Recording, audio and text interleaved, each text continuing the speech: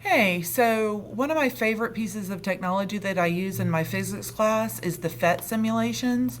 And this Snell's Law simulation is one that I use to introduce Snell's Law. It's their first taste of measuring the angles and things like that. So they get to I introduce it first with the light box and lenses and prisms that they just kind of play around with so they can see that the lenses and prisms and other substances bend the light. But then this lab, which is the bending light PhET, goes into and shows them how the relationships of the angles are related.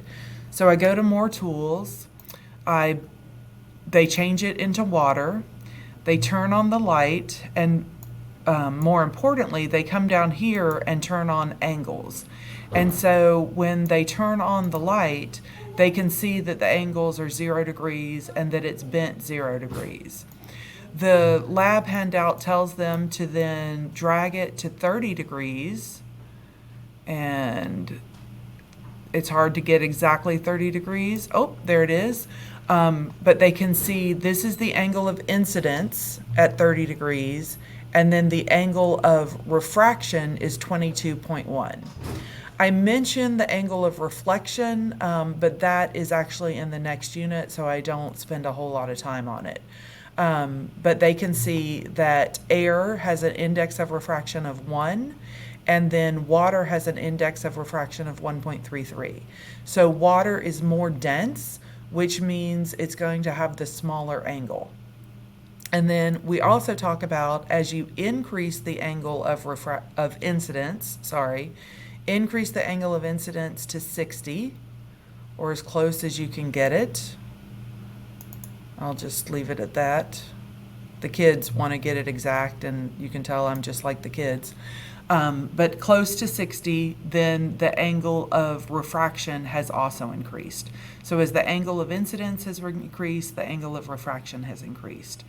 And then to introduce real protractors, I have them bring out this protractor, and you can see that it's 0 at the normal, and it's measured from the normal, and that's where they get the 60 degrees.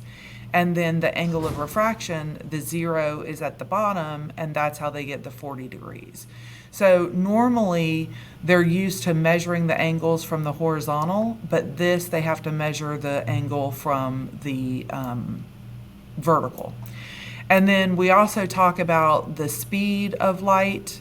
And so in air, it is 1 c, or 3 times 10 to the 8th meters per second. And then in water, it's 0.75 c.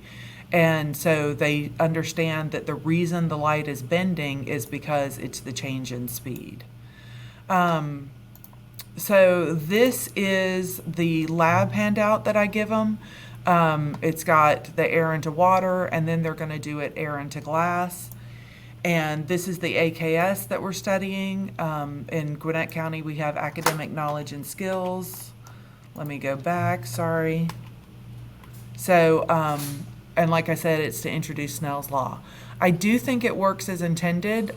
It's a great way for them to see the measurement of the angles without having to know how to use a protractor. And then I can use this as the introduction on how to use a protractor. We actually do this lab with little boxes of water and glass slabs.